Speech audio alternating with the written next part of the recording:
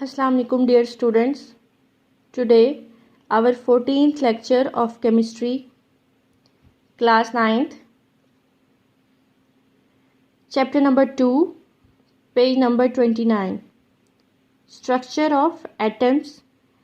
Our chapter name is structure of atoms and our topic name is discovery of protons. आज का जो हमारा topic है वो है डिस्कवरी ऑफ प्रोटॉन. हमारा चैप्टर जैसे कि हम जानते हैं हमारे चैप्टर का नेम है स्ट्रक्चर ऑफ एटम्स. तो इसमें हमने पढ़ना है कि जो एटम्स हैं उसका स्ट्रक्चर जो है वो क्या है और एटम किस किस चीज़ के साथ मिलके बना हुआ है. इसके जो सब पार्टिकल्स हैं उनको हमने स्टडी करना है, जिसमें हमने सबसे पहले इलेक्ट्रॉन को डिस्कवर किया. अपने लास्ट लेक्चर के अंदर हमने इलेक्ट्रॉन्स की डिस्कवरी को स्टडी किया, उसकी प्रॉपर्टीज़ को देखा, उसके रिजल्ट्स को देखा.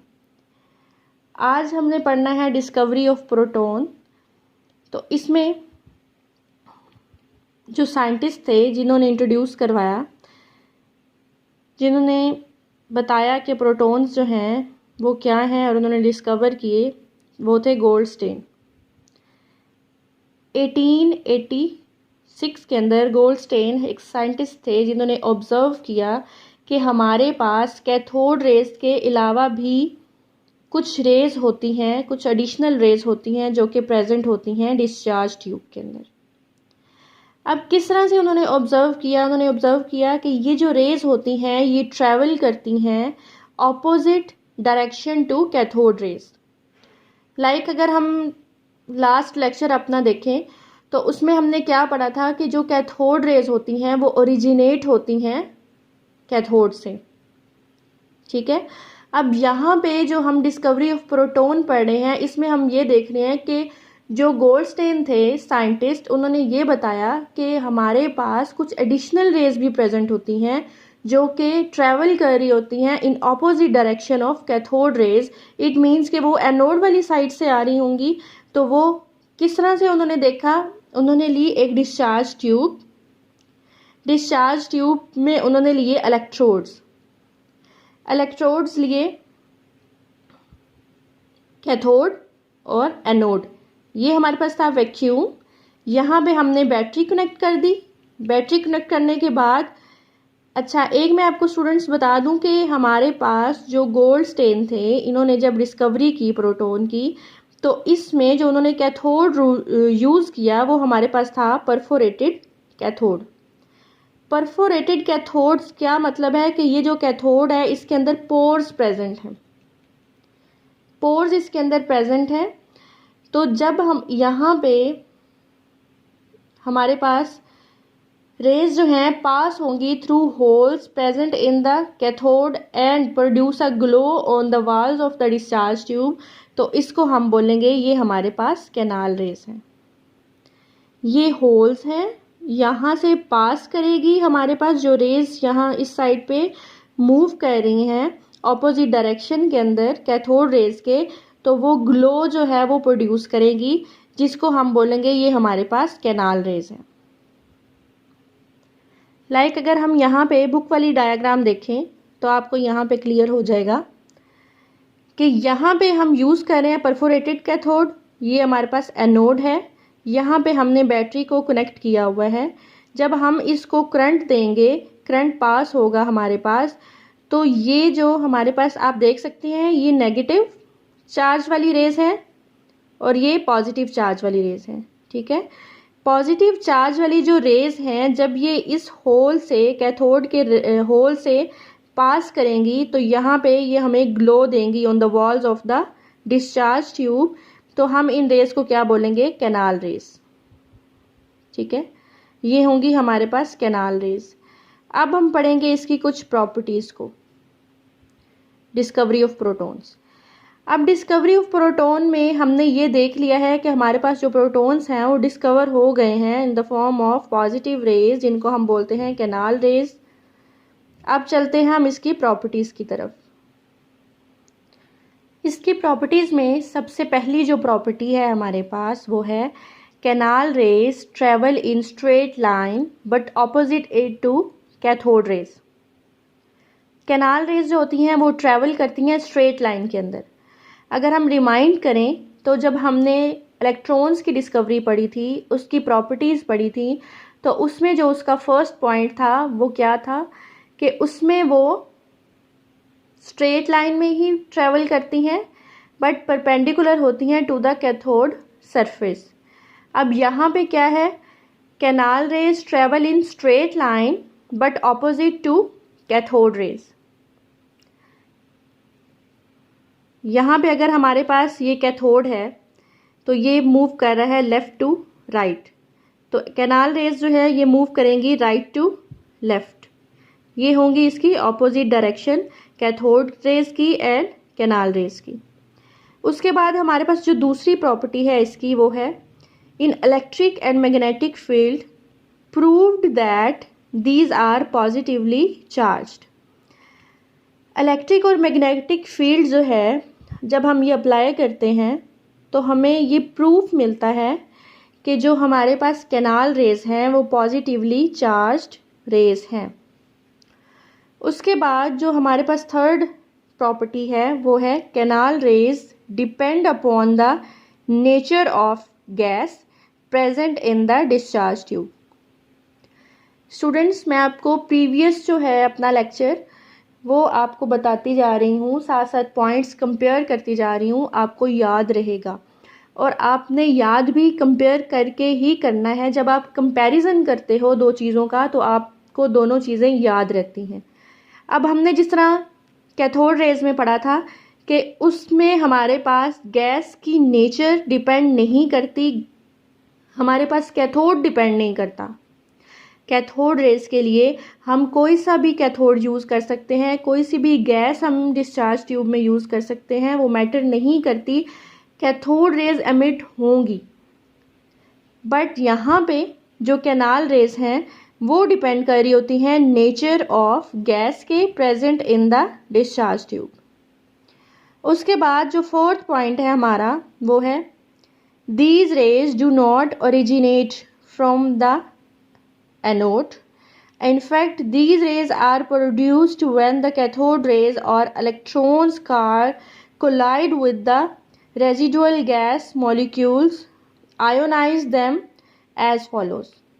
किस तरह से फॉलोज कर रहे हैं, m प्लस इलेक्ट्रॉन रिएक्शन हो रहा है यहाँ पे, m प्लस 2 इलेक्ट्रॉन्स है हमारे पास यहाँ पे। एक पॉइंट और आपको कंपैरिजन में आ गया। लास्ट में हमने इलेक्ट्रॉन्स का क्या पढ़ा था कि वो कैथोड से ओरिजिनेट हो रही हैं, कैथोड रेज कैथोड से ओरिजिनेट हो रही हैं, जबकि कैनाल रेज जो हैं वो एनोड से ओरिजिनेट नहीं हो रहे। ये किस तरह से फॉर्मेशन इनकी हो रही है, ये किस तरह से प्रोड्यूस हो रहे हैं, कैथोड रेज और electrons collide with the residual gas molecules. जो उसके अंदर गैस मॉलिक्यूल प्रेजेंट हैं उनके साथ जब कोलाइड करेंगे कैथोड रेज तो हमारे पास ओरिजिनेट होंगे कैनाल रेज। ये थी इसकी प्रॉपर्टीज़। इसके बाद जो हमारे पास फिफ्थ पॉइंट है उसमें हमने पढ़ना है कि mass of these particles was found equal to that of a protons are simple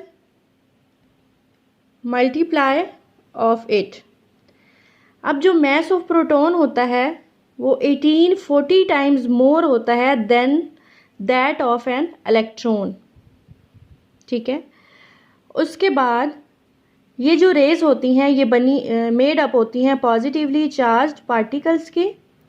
students, आपने ये बात याद रखनी है, आपको दोबारा ये पॉइंट्स जो हैं ये रिपीट करवा रहे हैं। फर्स्ट ऑफ ऑल हमारे पास स्ट्रेट लाइन में मूव कर रही होती है, दूसरी साइड पे हमारे पास ये जो रेज होती हैं ये मेड अप होती हैं ऑफ पॉजिटिवली चार्ज पार्टिकल्स।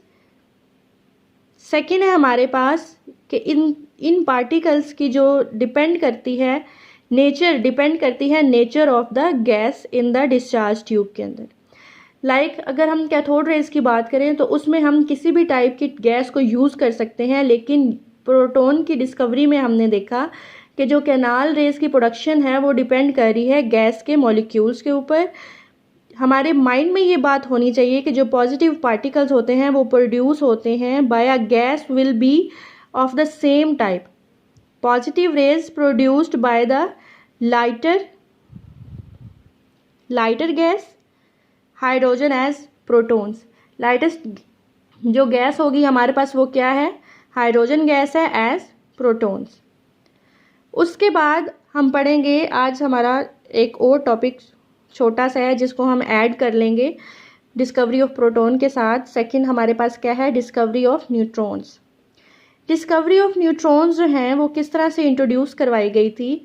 हमारे पास एक साइंटिस्ट थे रदरफोर्ड, उन्होंने ऑब्जर्व किया कि जो हमारे पास एटॉमिक मास होता है किसी भी एटम का ऑफ एन एलिमेंट, किसी भी एलिमेंट का, वो हमारे पास क्या होता है, वो एक्सप्लेन नहीं कर रहा होता, could not be explained on the basis of masses of electrons and protons only।